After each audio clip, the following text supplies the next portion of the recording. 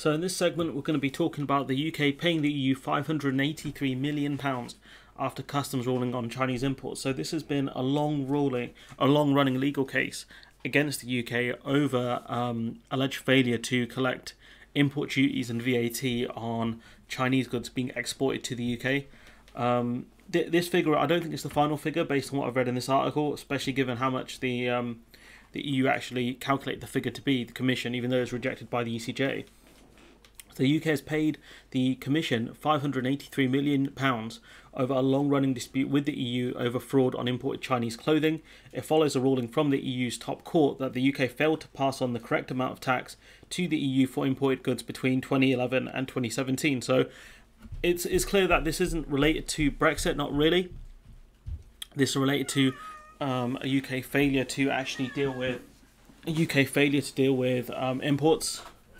Massive hole in kind of the EU single market, I guess. The Commission had sued the UK for €2.7 billion, £2.4 billion in 2018.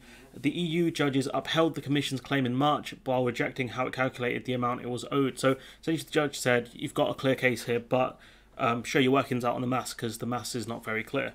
The Treasury has said it has paid the €678 million on the 10th of June, representing the amount the UK considers due at this time to protect taxpayers from interest payments. The interest payments are very high, which we'll talk about in a moment.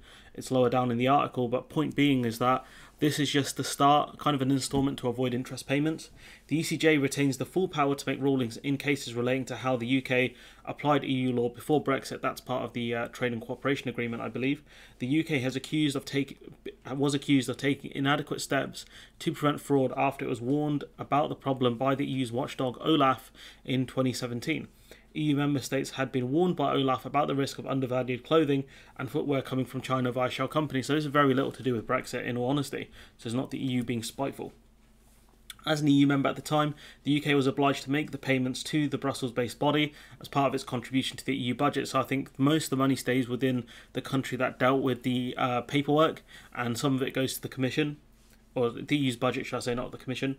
In its statement, the Treasury said its €678 million payment paid in full the amount due before the method was introduced in 2014, as well as the amount the UK considers due for 2015 to 2017. So I think this is the UK arguing that we've paid the amount that we should pay, but I don't think the EU Commission see it that way, which is quite interesting. And in that the UK was liable for interest payments of 16% plus the Bank of England base rate on any outstanding amount. So essentially it will be 16% and whatever the Bank of England's interest rate is. And we know the Bank of England's interest rate is going to go up very steadily over the next year.